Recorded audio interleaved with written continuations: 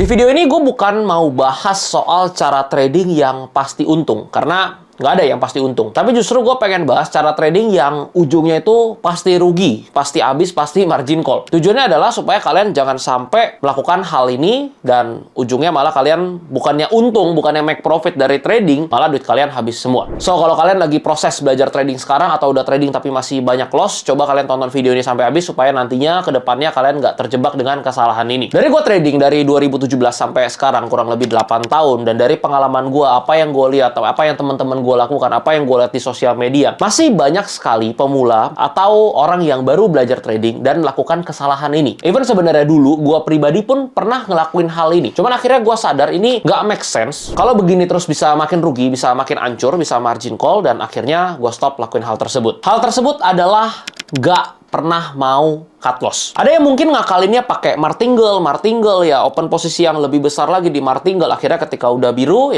tipis langsung close semua. Ada mungkin yang juga tahan aja gitu, tahan aja floating loss-nya sampai jadi profit, sampai jadi biru. Ada juga yang top up terus untuk jaga floatingnya jangan sampai margin call, buka posisi lagi, top up lagi. Ya udah begitu terus, pokoknya sampai jadi biru, sampai jadi profit. Ya mungkin dalam 1 bulan, 3 bulan, 5 bulan bisa berhasil. Tapi masalahnya ketika gagal satu kali aja, cukup satu kali gagal, kerugian yang kalian tanggung itu bukan nominal yang kecil, tapi itu jadi nominal yang sangat besar, atau semua akun kalian yang udah tadi kalian top up. Kenapa hal ini nggak pernah make sense di gua? Karena gini, gue percaya dalam trading atau dalam hal apapun, bukan trading doang ya, kita itu nggak bisa yang namanya profit terus. Let's say kita berdagang, kita berbisnis, apakah bisa profit terus? Jawabannya enggak. Paling simpel, kalian lihat sebuah restoran misalkan, di hari Senin, hari Selasa, restorannya sepi banget. Bayar karyawan aja 10 karyawan, listrik apa segala macam, mungkin nggak nutup tuh. Tapi pas masuk Kamis, Jumat, Sabtu, Minggu, restorannya ramai sekali. Pertanyaan gua, apakah karena hari Senin dan Selasa, Rabunya itu dia restorannya sepi, dia tutup restorannya? Enggak kan? Mungkin di Senin, Selasa, Rabu dia rugi gitu. Tapi pas masuk Kamis, Jumat, Sabtu, Minggu, restorannya rame, bisa subsidi silang, dan hasil bulanannya masih untung, masih growth. Atau misalkan di bulan-bulan tertentu, misalkan di pertengahan tahun nih lagi banyak yang keluar negeri, di bulan Juni, bulan Juli. Restorannya di bulan Juni, bulan Juli itu sepi gitu ya. Sepi dan rugi. Tapi di bulan-bulan lain ya untung terus. Dan kalau ditarik dalam 1 tahun, masih menarik bisnisnya, masih untung, masih ada growth. Misalkan revenue, net profit masih 100-200% daripada modal. Masih menarik bisnisnya. Apakah dia akan tutup restorannya cuman karena di bulan Juni dan bulan Julinya rugi? Jawabannya nggak akan. Atau bisnis lain deh, bisnis apapun. Apakah karena 1-2 hari, 1-2 minggu, atau 1-2 bulan rugi, dia tutup langsung bisnisnya? Enggak. Dan itu adalah hal yang sangat wajar terjadi. Apalagi kalau kita ngomongin trading, pasti ada ruginya. Pasti ada trade kita yang kena stop loss, yang harus cut loss. Pasti ada hari-hari di mana kita mengalami kerugian. Ada minggu-minggu di mana kita mengalami kerugian. Dan kalau kita menerapkan sistem kita nggak pernah mau rugi, cuman maunya untung terus, caranya gimana? Ya tadi, kalau nggak martingale, kita top up terus untuk nahan floatingnya dan segala macam. Akhirnya, yang tadinya kita trading, oke nih modal trading gue 1.000 atau 2.000, kita hajar top up terus. Dan sekali gagal aja itu loss-nya akan besar sekali. Lalu pertanyaan yang kedua, apakah semua orang bisa top up untuk tambah terus modalnya? Jawabannya adalah enggak. Enggak semua orang duitnya unlimited, bos. Contoh, kalau kalian suruh gue trade pakai modal $100, habis itu pas lagi floating tambah top up $100 lagi, tambah $300, tambah $500, tambah $1.000, mungkin gue ada duitnya gitu. Tapi kalau di akun utama gue, misalkan akun nih modalnya $50.000 atau $100.000, kalian suruh gue nggak pakai stop loss gitu, gue lagi floating rugi $30.000, misalkan $50.000, tahan terus kan, udah $50.000, gue harus ngapain? Gue harus top up lagi, tambahin $100.000, floating sampai $150.000,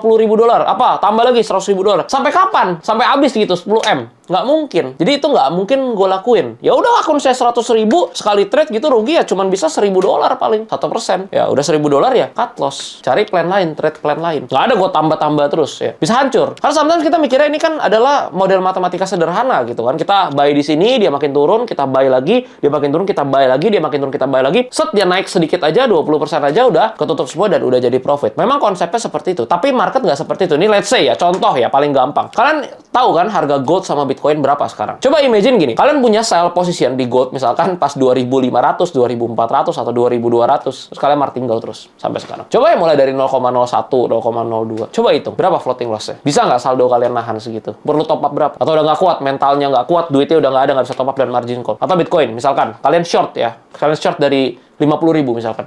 sell. Naik sampai sekarang udah 100.000. Udah berapa banyak ruginya? Apalagi kalau martingale. Terus kalau dia ke 120.000 gimana? Kalau dia ke 150.000, kalau dia ke 200.000 gimana? Doesn't make sense. Jadi makanya gue selalu bilang bahwa ya trading kerugian kita, ya loss kita, cut loss itu adalah bagian dari trade. Kalau kalian nggak pernah mau ya untuk melakukan cut loss, ya saran dari gue mending jangan trading. Even yang invest aja. Kalau kalian kalian pelajarin deh. Coba kalian pelajarin dari Warren Buffett, investor terbaik di dunia. Dia aja pernah cut loss loh. Kemarin aja baru nggak lama 5 tahun lalu di 2020 saham aviasi yang dia beli, dia cut loss. Lucu, habis cut loss nggak? Kalau nggak salah beberapa lama, 4 bulan, 5 bulan setelah itu terbang gitu. Dan dia cut loss pasti punya reason gitu. Dia jual rugi. Karena as a investor loh, bukan trader. Apalagi trader yang jangka pendek. Kita harus bisa mengakui kesalahan, kita harus berani cut loss. Itu adalah bagian dari kita berdagang. Nggak usah trading deh, lu lagi jualan aja gitu kan. Lu lagi jual makanan gitu kan. Misalnya modal lu 10.000 deh, lu jual 20.000. Ketika udah malam, ya biasanya apa kalau misalkan nggak habis? Diobral kan? Diobral. Jual 8.000. Ya lebih murah. Atau buy one get one gitu. Jual modal atau jual rugi. Kenapa? Karena ada saatnya itu nggak laku. Dan daripada hilang semua ya, daripada ibaratnya ini makanan basi semua, mendingan diobral buy one get one atau dikasih diskon gitu kan, jual rugi atau jual modal nggak apa-apa. Sama ini trading juga. Ini kan lo misalnya tadi nggak diobral nih, habis jadi basi semua, hilang semua. Ini lo trading, lo nggak mau pakai cut loss, basi semua, margin call semua,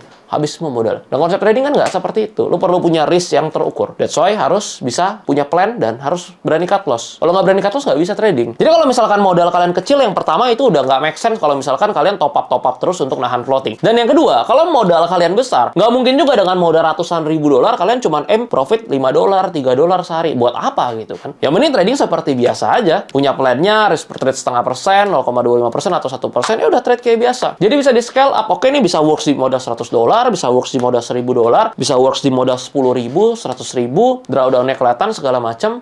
Ya udah, ikutin. Bukan cuma tahan.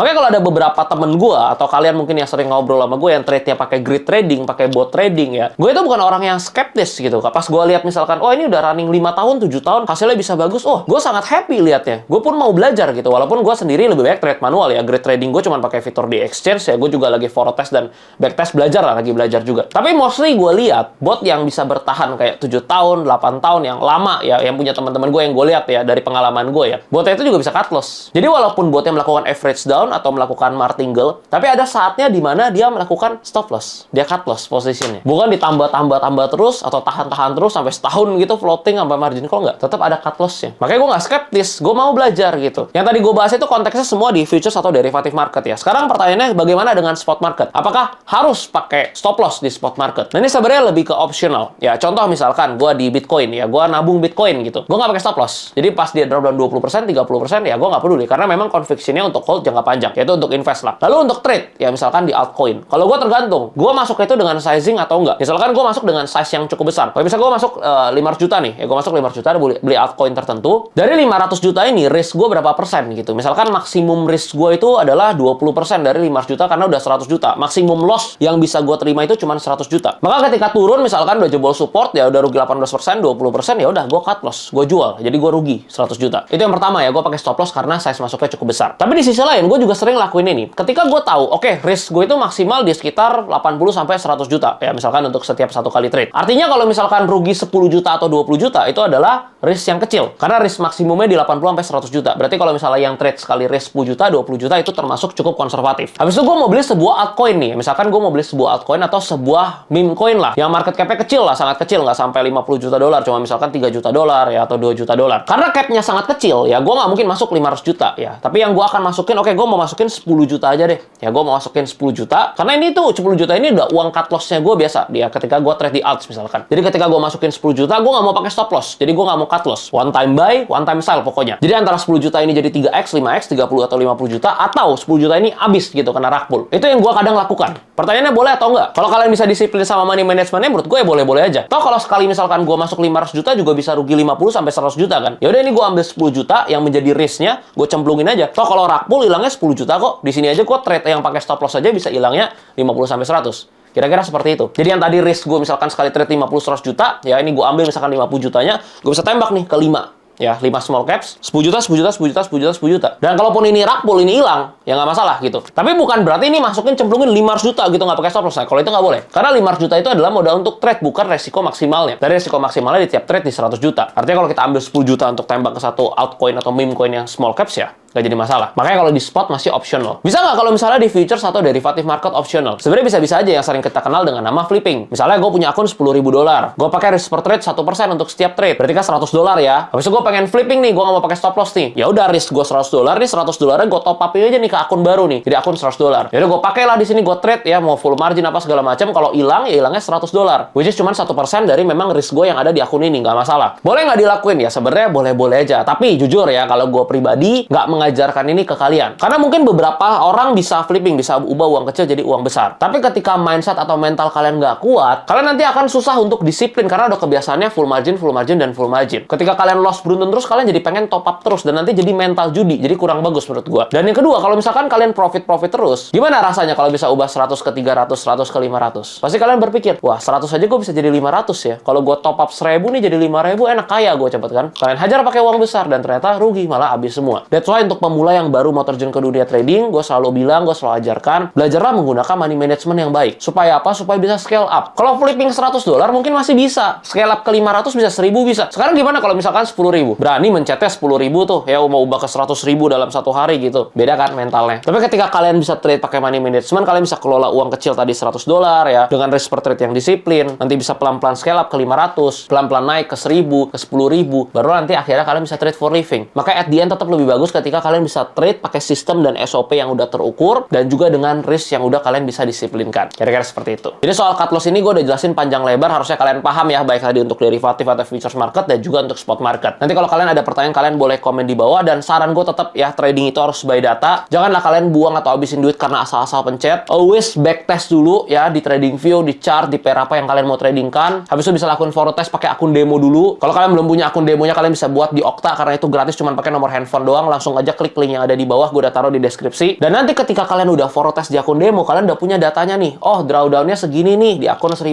nih. Growth-nya segini nih tiap bulan nih. Win rate-nya segini nih. Hasilnya bagus nih. Dengan data tersebut, barulah kalian trade di real account. Nah, yang enaknya ketika kalian trade real account di Okta, kalian bisa deposit pakai promo code ini. Ada DSL 100, ada cerita 100, ada cuan 10. Dengan promo code ini, kalian bakal dapetin bonus deposit 100% kayak gini. Misalkan kalian deposit $100 jadi $200, $40 jadi $80. Minimum depositnya cuma $40 ya, atau 400.000 kalau fixed rate. Dan juga ada banyak banget hadiah di Okta yang kalian bisa tukerin setiap lot yang kalian tradingin. Kayak salah satu contohnya iPhone ini nih yang gue tukerin di Trade and Win di aplikasi Okta. Cuman udah ini ya guys, pecah ya waktu itu. Jatuh di mana? Di Hong Kong kalau nggak salah. Oh ya, tadi bonus deposit 100% itu bisa di withdraw ya kalau udah qualified. Jadi lumayan banget. Oh ya, kalau kalian mau belajar bareng, kalian mau dapetin update market secara gratis, nggak perlu bayar. Langsung join aja ke grup Telegram Cerita Trading, itu gratis, nggak berbayar. Ada 30.000 member lebih di sana. Kalian bisa belajar bareng dan dapetin informasi secara gratis. Linknya juga udah gue taruh di deskripsi, tinggal join aja. Jangan lupa like videonya kalau kalian suka. Sampai ketemu di video berikutnya. Salam cuan.